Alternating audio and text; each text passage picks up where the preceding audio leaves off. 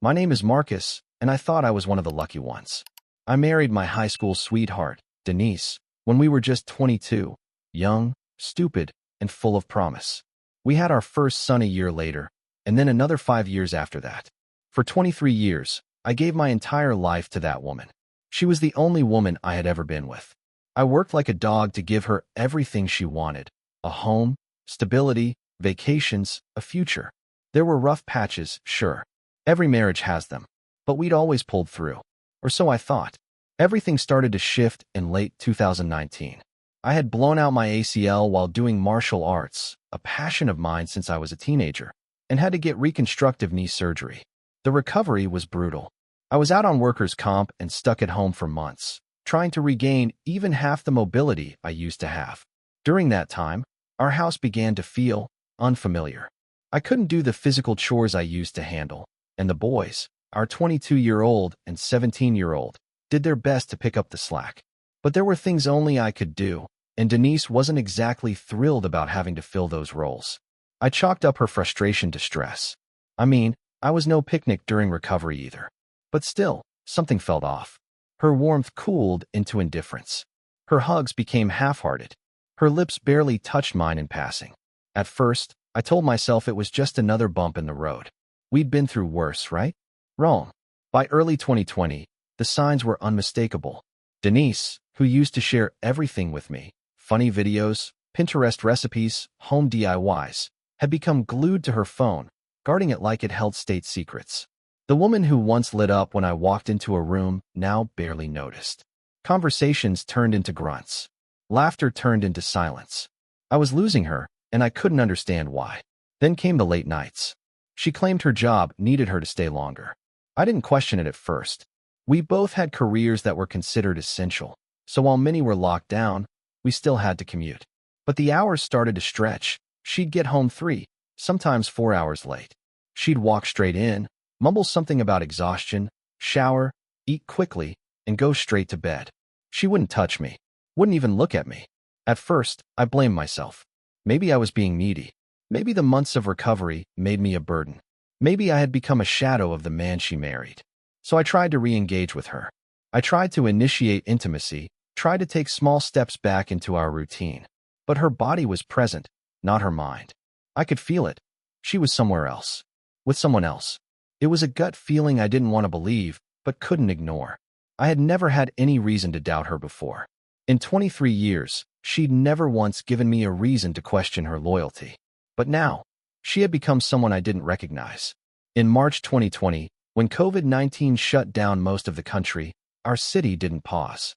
We both continued working, albeit under strange conditions. But for me, something had already snapped. I began watching her closer, noticing the little things, how she'd flinch if I passed behind her while she was on her phone, how she kept her screen tilted away at all times, how she started dressing nicer even on days when she claimed she had meetings in the office but never mentioned who they were with. Then came the night I sat alone in the kitchen and finally said it aloud to myself. She's cheating on me. The words burned in my throat. My stomach turned. It wasn't even confirmed yet, but every fiber of my being screamed that it was true. Still, I needed more than just a hunch. I needed facts. So I went online and searched for signs of infidelity. The list was long, and Denise hit nearly every mark. Emotional withdrawal, guarded phone, increased attention to appearance, less sex, unexplained absences. And then, I found the photos. Scrolling through her Facebook, I noticed someone. A guy I'd never met. Mid to late 20s, tall, lean.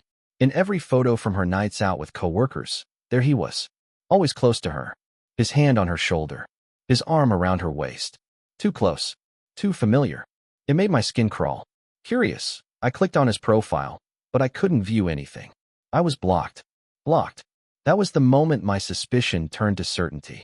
Why would some young coworker of hers, someone I've never met, block me on social media unless he had something to hide? Unless she told him to? Unless there was something between them she didn't want me to see? I sat there in the dark, fists clenched, heart pounding. My marriage, my home, my entire world was collapsing. And she was smiling in photos with the wrecking ball. I didn't confront her. Not yet. I needed more than suspicion and blurry photos. I needed undeniable proof. And deep down, I wanted to make her feel what I was feeling. I wanted her to drown in the same confusion, anxiety, and betrayal that had been slowly devouring me. So I made a decision. I wasn't just going to catch her. I was going to destroy the illusion. And when she least expected it, I would vanish. Like a ghost. After the night, I whispered the truth to myself. She's cheating on me. Something inside me changed. It wasn't just suspicion anymore. It was resolve.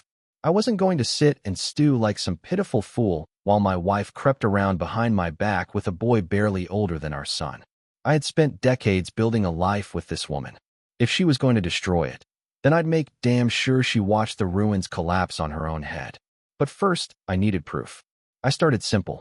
I scrolled through her Facebook and Instagram again, this time combing every photo, every tag, every comment.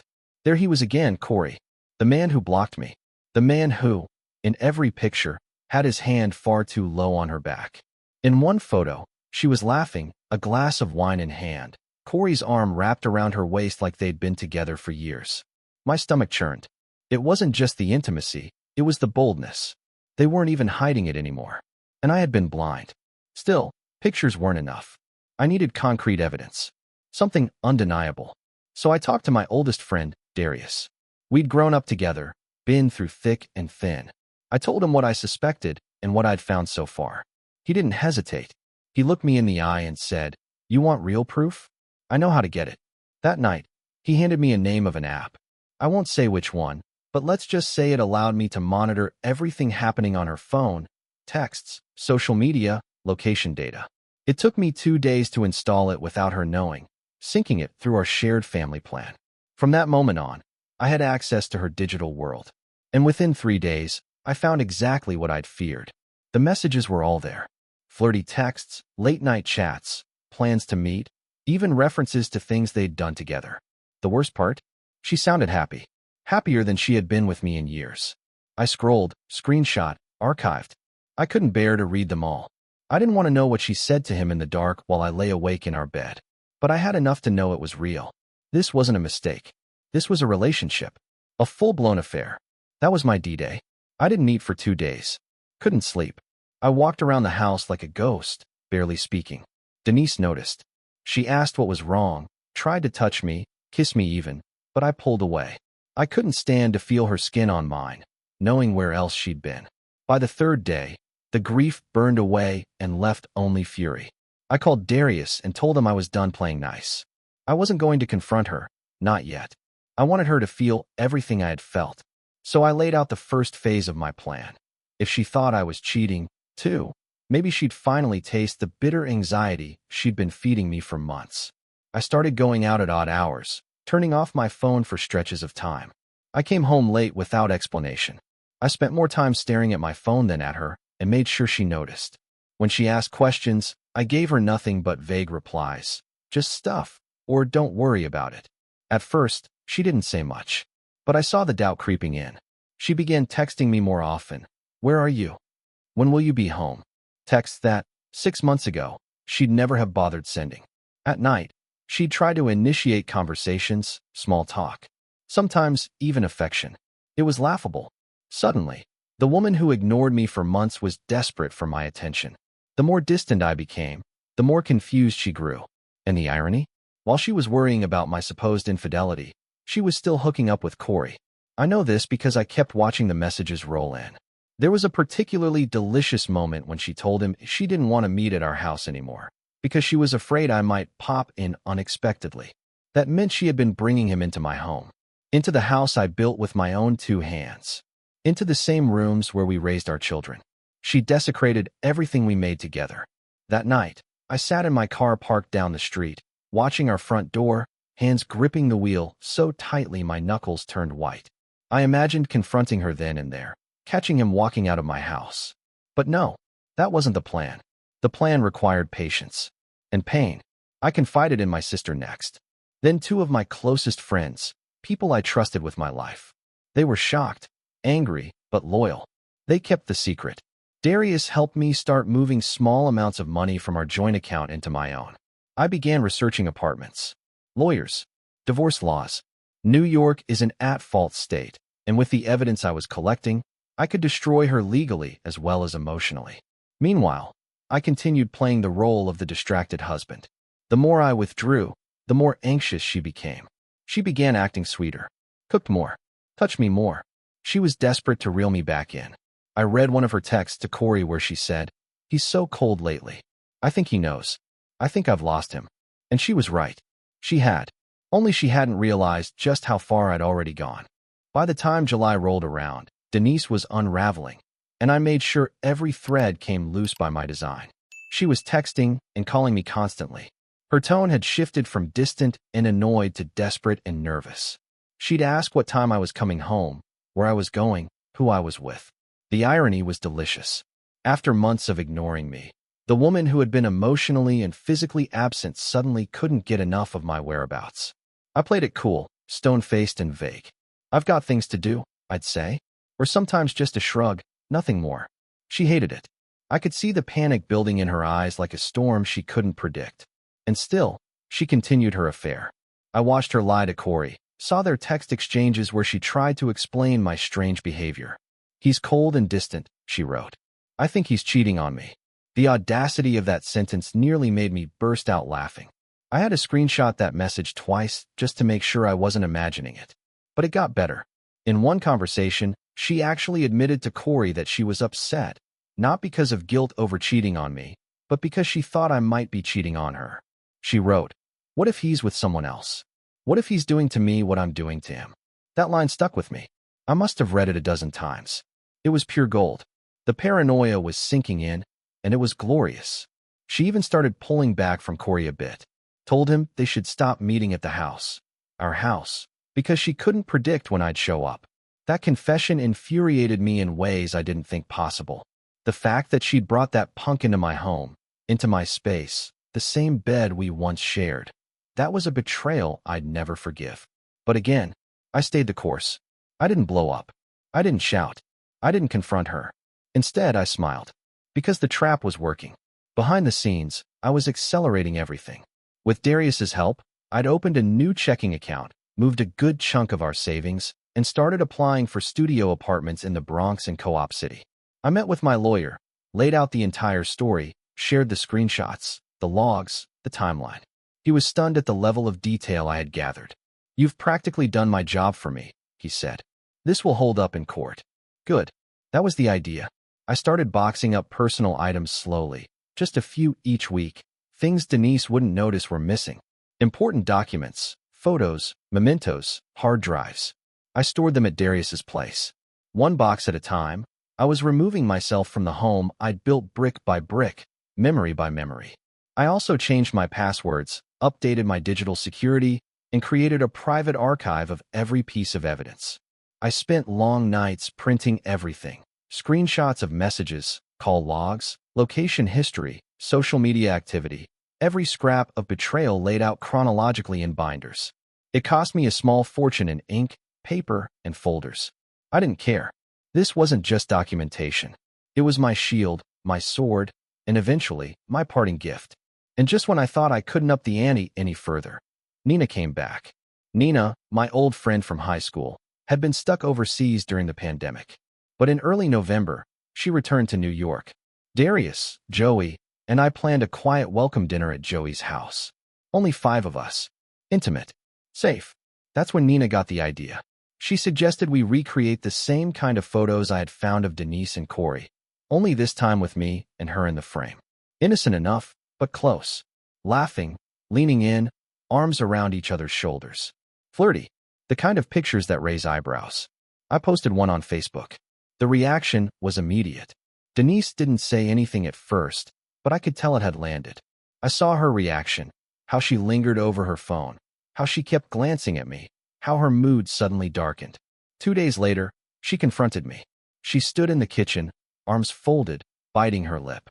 Are you seeing someone else?" I stared at her for a long moment, letting the silence stretch. Then I burst out laughing. Not just a chuckle, full-blown, uncontrollable laughter. The absurdity of her asking me that question was too much to handle. I laughed so hard I had to sit down, wiping tears from my eyes. She stood frozen, humiliated and confused, not sure if I was mocking her or confirming her suspicion. I never answered, just kissed her on the top of her head, said nothing, and walked out of the room. Later that night, I checked the spy app. She had messaged Corey again. I know he's cheating. I asked him, and he just laughed in my face. He doesn't even care anymore. I think I've lost him. Corey tried to console her, but even through the screen, I could tell she wasn't convinced. Her words were shaky. Her tone conflicted. She was spiraling. And I was just getting started. The moment I saw Denise tell Corey she thought she'd lost me, I knew my plan was working better than I'd ever imagined. The paranoia I'd planted had taken root and now twisted around her like a vine, choking her calm. She wasn't just scared. I could see it in her face, hear it in her voice. She was unraveling. Slowly, beautifully. What made it sweeter? She still had no idea that I knew. That I had been watching every message, every call, every emoji-filled lie she sent to that pathetic boy. Corey, 27 years old. Barely 5 years older than our oldest son. And yet she clung to him like he was some great forbidden romance. Someone who could understand her. It made me sick. But I didn't let it show. I played my part to perfection. By late November, the cracks in her carefully curated double life were starting to widen. She was distracted, clumsy in her cover stories, nervous whenever she got a text notification. I'd catch her watching me. Really watching, trying to read my reactions. Was I still distant? Was I pulling away more? Was I seeing someone else? She started cooking more. Being nicer. One morning, she even made my favorite breakfast from scratch. Eggs over medium, turkey sausage, hash browns with onions, and left a post-it note with a smiley face. Cute, really. It might have worked months ago. But now? It was theater, and I wasn't buying a single ticket. Meanwhile, Corey was pressing her. I watched their messages closely. He told her he was getting frustrated. He wanted more of her time. He wanted to know where they were going. At one point, he even accused her of being emotionally unavailable. The irony almost killed me. She was juggling two men and somehow failing both. Then came her breakdown. It was the day after Thanksgiving. The house was quiet. Our youngest had stayed overnight with his brother, so it was just the two of us. She stood in the living room, pacing. Her hands shook. She kept wringing her fingers like she was rehearsing something. Finally, she turned to me and said, "Marcus, can we talk?" I looked up from my coffee and nodded. Sure. She hesitated, then walked closer. Are you unhappy? With me? That question caught me off guard, not because of the content, but because of the way she asked it. Her voice cracked on the last word, like it physically hurt her to say it out loud. I kept my tone measured. What makes you think that? She blinked quickly, like she hadn't expected me to ask. You've been so distant lately. You're barely home. You don't touch me. You don't talk. And you're always on your phone. She swallowed. Are you seeing someone else? There it was again. The question she had no right to ask, but still clung to like a lifeline. I leaned back on the couch, locked eyes with her, and smiled just enough to make her nervous. What if I was? She gasped slightly, her lips parting, eyes filling with tears. I didn't wait for a response. I stood up, kissed her forehead, and walked away. I didn't say yes. I didn't say no. I said just enough. That night, I checked the spy app one more time. She told Corey everything. That she'd asked me, and I'd laughed. That she was sure I was having an affair. That she felt broken and alone. That she couldn't breathe thinking about me with another woman. The same emotions she had fed me for months were now rotting inside her. She told Corey she loved him, but admitted she still loved me. She said she couldn't lose our family. That she didn't know what to do. Her guilt was clawing its way through her carefully arranged lies. I watched her texts and could tell. This wasn't an act. She was falling apart. But I didn't care. She'd made her choice the moment she let Corey into her heart, her body, and our home. The next few days were quiet between us. Denise was constantly trying to reach out. Gentle touches. Forced small talk. Once, she even suggested we take a trip, just the two of us, to reconnect. I nodded and said we'd talk about it. We wouldn't. Because by then, I had found the apartment. A studio just outside Co-op City. Small, clean, affordable. I signed the lease and paid the deposit. Utilities, set. Furniture, ordered. Keys, mine. Phase 2 of my plan was complete. All that remained was the final stage. And it was going to be devastating. You see, Denise thought she still had time. She believed, somewhere deep down, that she could fix this. That if she just said the right thing, cooked the right meal, made the right plea, I'd forgive her. She was wrong. I had no intention of saving this marriage. No more warnings. No more games. The ghost she thought she was losing? He was about to vanish forever. By early December, every piece of my plan was locked in place. The apartment was mine, my finances were separated, my key personal belongings were already gone from the house. Quietly moved out with Darius's help, and the folders of evidence were finished. 14 binders. 14 volumes of betrayal, lies, and screenshots so damning they could bring down a corporation, let alone a marriage. I kept them stacked neatly in my office closet, each labeled by month, cross-referenced by category. Text messages, call logs, photos, social media posts, location pings. Everything. It was the kind of archive you build when you don't just want to win. You want the other person to know, beyond all doubt, that you saw it all and still walked away without saying a word. But I wasn't quite done. I needed something more permanent. Something theatrical. Something unforgettable. So I wrapped each binder like a Christmas present. I used festive paper, bright reds, gold ribbons, snowflakes, the whole 9 yards. Tucked inside each one was a printed copy of my divorce filing, a note from me saying, "Merry Christmas. This is what you gave me this year." Every box was addressed to someone who mattered in Denise's life. Her parents, her sisters, her closest friends, even her HR department. Because yes, Corey worked at the same company, and yes, their affair violated every professional conduct rule imaginable. I made sure every package would arrive between December 22nd and 24th. Then, I prepped one last binder, the 15th. This one was personal. I taped the divorce papers to the inside cover and attached my lawyer's business card. No note. No explanation. Just cold, clinical reality. I wrapped it carefully, slid it under my side of the bed, and waited. Now, here's the part that still makes people gasp when they hear it. The night before I left, Christmas Eve, I slept with her. Yes, I did. Why? Because I wanted to remind myself, one final time, that there was no love left. That even her body, the one I used to worship, now meant nothing. She initiated it, of course. She had been trying so hard to fix things for weeks. And I let her. But I used protection. For the first time in over 20 years, I rolled on a condom without a word. She noticed, hesitated, looked at me like she wanted to ask why, but she didn't. When it was over, I got up without a word, showered, and went to sleep in my office. That night, I didn't dream. I didn't toss or turn. I slept like a man who had finished the hardest job of his life.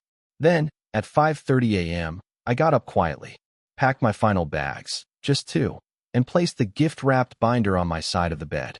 My old phone sat beside it, reset to factory settings. Next to that, the lawyer's card. I took one last look at the room, the home I'd built, the woman I'd loved, and I walked out without a sound. I didn't slam the door. I didn't leave a dramatic message on the mirror. I disappeared, ghosted her, just as I'd promised myself. From that moment on, Denise had no way of reaching me. I'd changed my number, locked her out of all shared accounts, and blocked her on every platform that mattered. Only a select few people, my boys, my mother, Darius, Joey, and Nina, had my new information. And the fallout? Oh, it was biblical. By Christmas night, the packages had begun to land. Her parents called her a disgrace. Her younger sister publicly disowned her on social media. One of her closest friends, someone I'd always liked, sent me a message that simply read, "You were too good for her." HR launched an internal investigation. I knew from a mutual contact that both Denise and Corey had been placed on administrative leave. Within a week, they were both fired. Her perfect little life, reduced to ashes. And me? I spent my Christmas day in peace. My sons came over. We had dinner. We laughed. We cried a little. And for the first time in years, I felt light. Like the weight I'd carried for so long had finally lifted. Denise, meanwhile, was spiraling. Desperate Facebook posts, late-night messages to mutual friends. All the noise of someone who had finally realized the storm she'd unleashed. And it had only just begun. You see, Denise didn't just lose her job, or her reputation, or the illusion of a happy home. She lost control of the story. Because I made sure that everyone important to her knew the truth, my truth, not the gaslit version she'd try to peddle later. And the best part? I never raised my voice. I never laid a hand on her. I didn't scream. I didn't threaten. I vanished.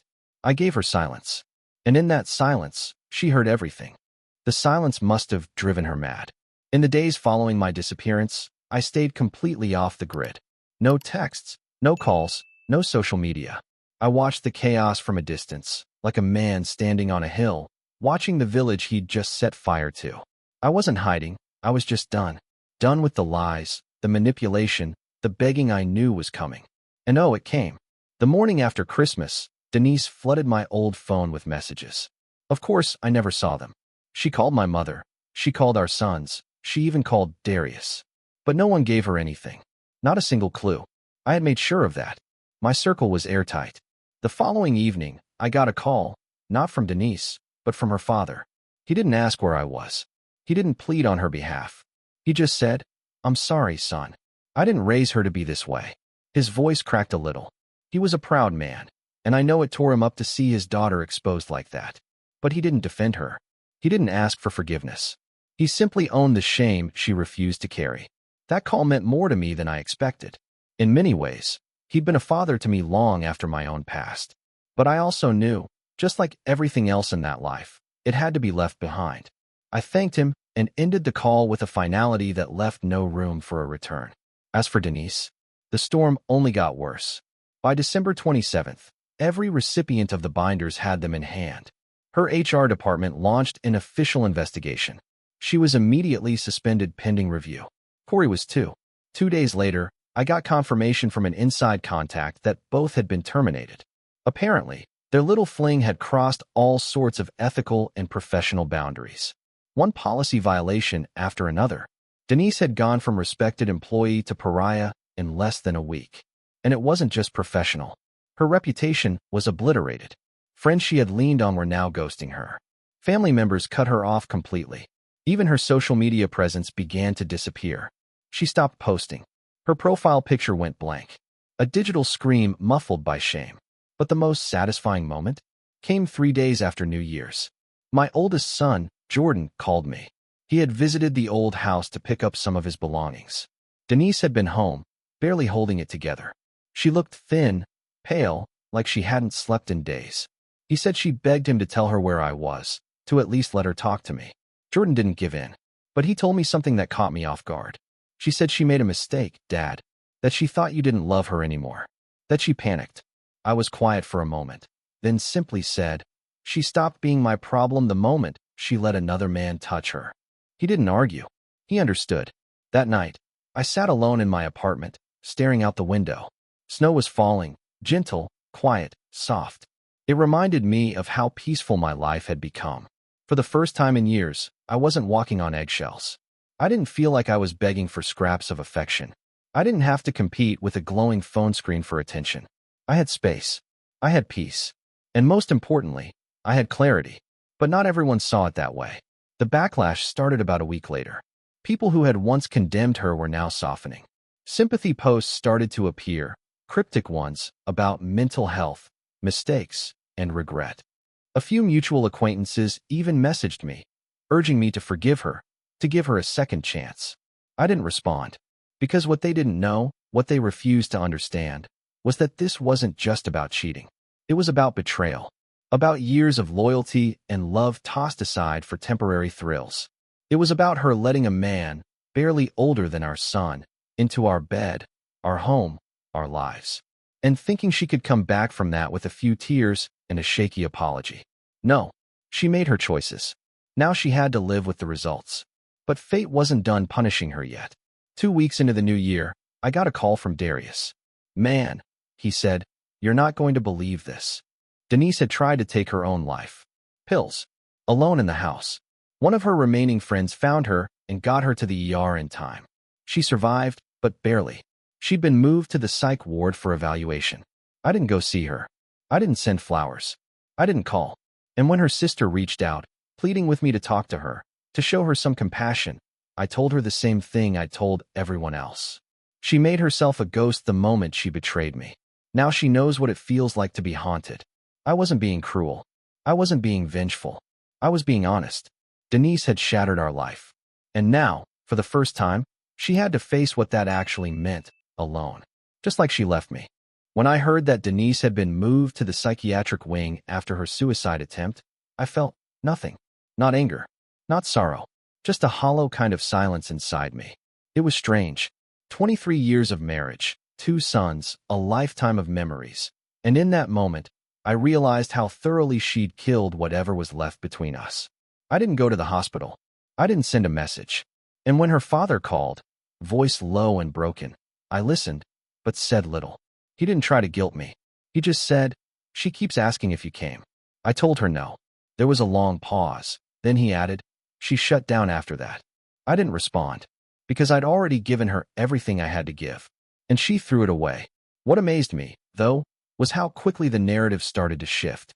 Friends and distant relatives, some of whom hadn't spoken to us in years, began crawling out of the woodwork.